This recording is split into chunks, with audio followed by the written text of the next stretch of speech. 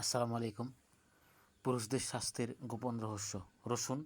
রসুনে থাকে এলিসিনযুক্ত আর লবঙ্গ। লবঙ্গে লবঙ্গ হচ্ছে সুস্থ রক্ত প্রবাহের সহায়ক। খেজুর প্রাকৃতিক শক্তি সহায়ক। কাঠবাদাম ভিটামিন ই সহায়ক। আখরোট ওমেগা-3 সহায়ক। আদা নাইট্রিক অক্সাইড সহায়ক। কুমড়োর বীজ জিঙ্ক সমৃদ্ধ। তাহলে আমরা কোন জিনিসটি থাকে, কোন জিনিসে কী কী উপাদান থাকে সেগুলি আমরা আরও ভালোভাবে জানব।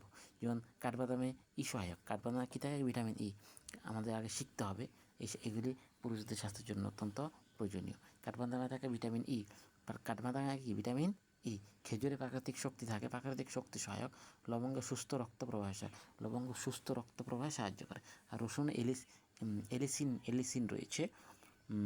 তারপরে আখরোটে ওমেগা-3 রয়েছে। আদায় নাইট্রিক অক্সাইড রয়েছে। কুমড়োর বীজে জিঙ্ক সমৃদ্ধ। কুমড়োর বীজ কিন্তু জিঙ্ক সমৃদ্ধ খাবার। আমাদের এই বিষয়গুলি আমাদেরকে শিখতে হবে যে রসুনে এলিসিন রয়েছে। লবঙ্গ সুস্থ রক্ত প্রবাহে সাহায্য করে। খেজুর প্রাকৃতিক শক্তি, সব ধরনের শক্তি রয়েছে। কাঠবাদাম ভিটামিন ই সমৃদ্ধ। আখরোটে ওমেগা-3 রয়েছে। আদায় নাইট্রিক অক্সাইড রয়েছে। আর কুমড়োর বীজে জিঙ্ক রয়েছে। এগুলি আমরা যখন ভালোভাবে শিখবো তাহলে এই জিনিসগুলি আমরা খেতে পারবো। আমরা খেলে তখন আমাদের স্বাস্থ্যের জন্য অত্যন্ত ভালো হবে। যারা পুরুষ রয়েছেন তারা একটু খেয়াল করবেন যে এই আদা আমাদের সকালবেলায় খেতে হবে।